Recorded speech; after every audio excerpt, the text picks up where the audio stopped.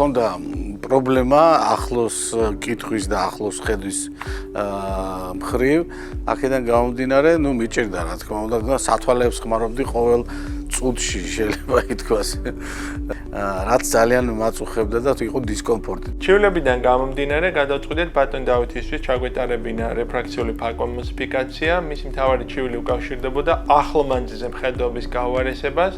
გარკვეული თავისებურებებიდან გამომდინარე, ჩვენ ვისაუბრეთ და გადავწყვიტეთ სწორედ ამ ტიპის ქირურგიისთვის მიგვემართა.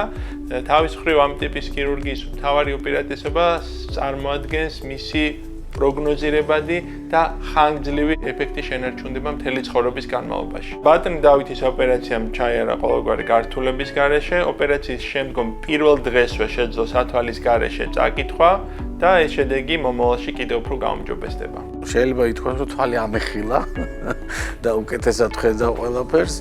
ოპერაციამ კარგად ჩაიარა და ეხლა კიდევ ერთხელ ვიყავ ერთ-ერთ შეიძლება ითქვას სასინჯად მოვედი ბატონ შოთისთან რომ გაესინჯა როგორ არის პოსტ ოპერაციული მდგომარეობა და ყველაფერი კარგად არის.